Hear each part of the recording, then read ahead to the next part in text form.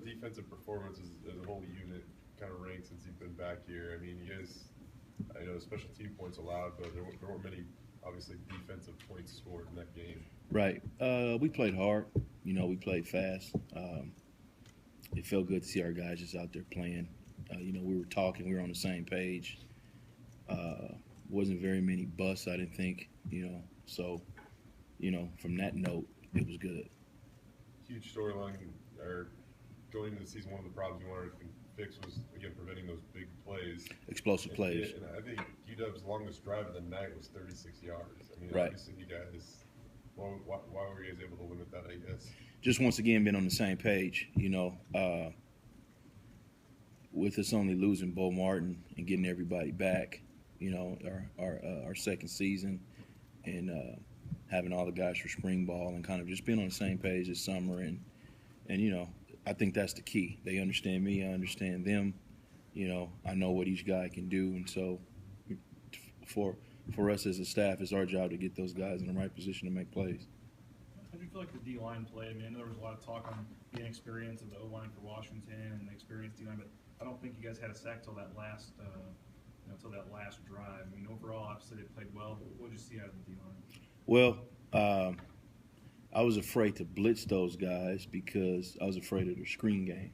Okay. And so I really didn't put those guys in position necessary to get a lot of sacks.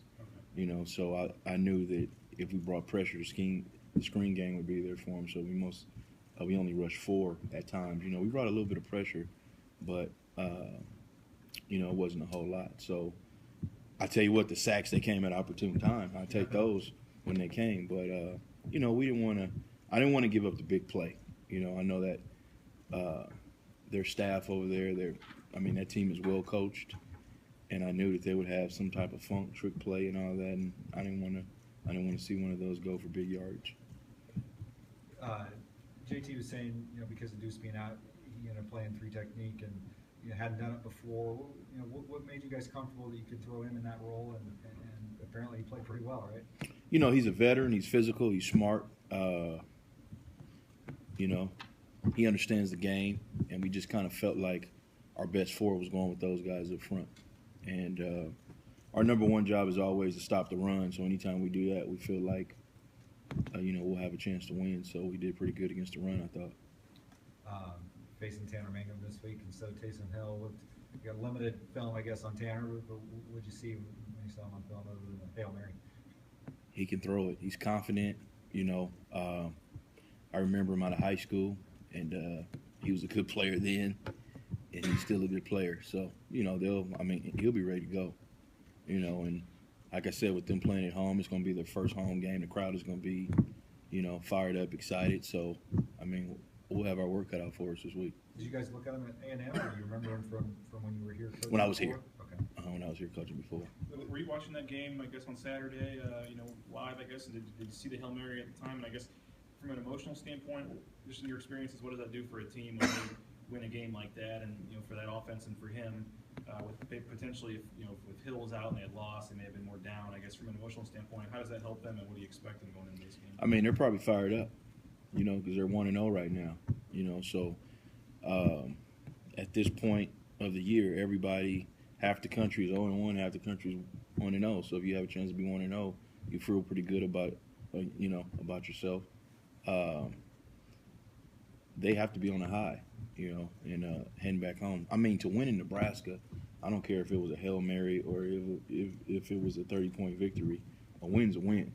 And so for them to go there and win like that was big. Were you watching that for their game program. I watched the whole game. Live? I TiVo'd it, and I slow-mo'd it, and I rewinded it, and watched the whole game.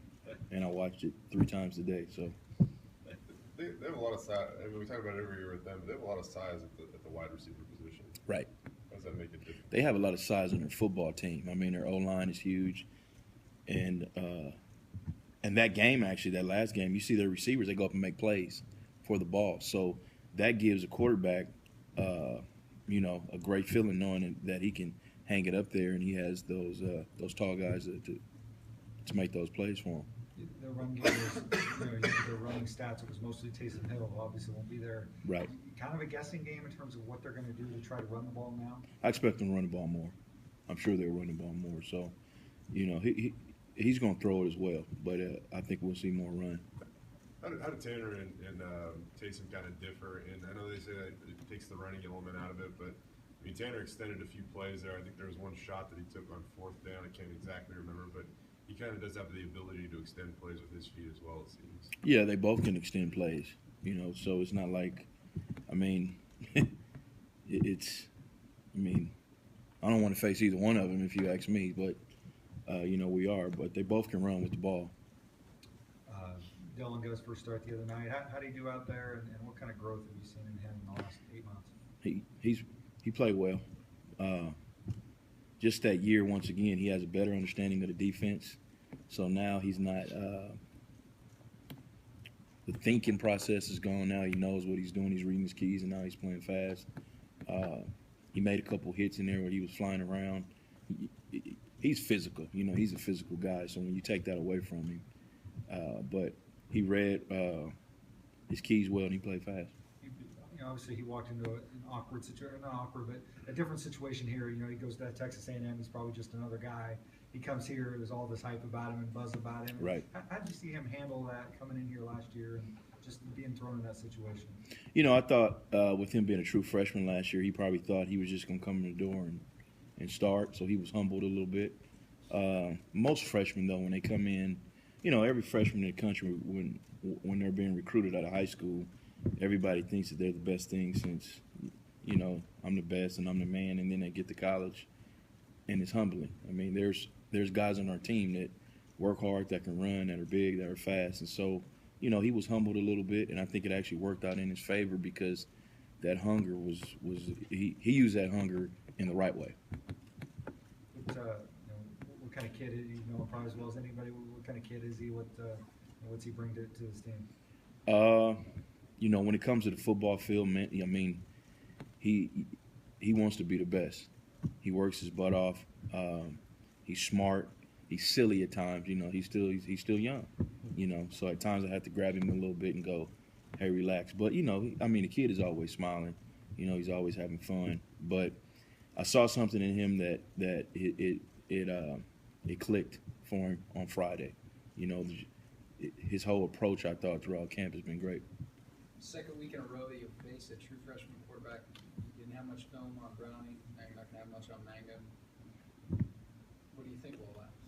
Tough being defensive coordinator right the first 2 weeks. I know what their O-line is. I know their receivers. He's the only part that we really don't know. So all we can do is just see, how he is. Once the game gets started. You like the mentality that the defense played with and finishing off that game and, talk about even JT. I think he said it was a 3-man rush, and just that point in time, somebody obviously had to step up and make the play. Right. I always compare it to a year ago. When we played against Ole Miss. I don't think that defense thought that they could win the Ole Miss game on defense. I think this team this year felt like that they actually could. So just the mentality I thought was different. Same players, but just a year later, just a different mentality from within the group. And once again, me knowing them and them knowing me and me kind of knowing what guys can do and what they can't do. And it's our job as a staff to put those guys in a position to be successful, and we did that. So, as far as the dominant, every week it's a different opponent. So it's up to us to put them in the right spot, and then we'll see how it goes. Were you pretty impressed with? For the first game, it seemed like tackling was pretty sound. I remember one Dylan in particular. If he's not there, it's probably a touchdown. Right. What's funny is tackling wasn't as good as what you probably thought it was, but because guys were running to the ball, it didn't stand out. We missed some tackles, but our guys were running to the ball. We were swarming to the ball as a group, so it didn't show up as much. But yeah, that's the whole point. If you look at teams that are good on defense, you have to get guys running to the ball, and we did that well. Who impressed you? Who really played well in that game? Kamalei Correa. Shocker. Yeah. One more, guys. I know 2 years ago you obviously weren't here, but went down there and didn't go very well for this team down there. scored like a lot of points. You mentioned the atmosphere, the crowd. It's going to be a whiteout, I think. I guess on defense, it doesn't matter as much the crowd, or how do you look at that? What you guys are going into from that standpoint? It matters, it matters. But I mean, once you start playing, I think that the crowd is kind of out of it. I think the crowd helps them because they're at home. So when our offense is on the field, it'll be loud. But for us, it won't be as loud. So because when their offense is on the field, it won't be as loud. But just that home field advantage, I think is big. You're at home. Your fans are behind you. So we'll see how it helps them out. Hopefully not at all.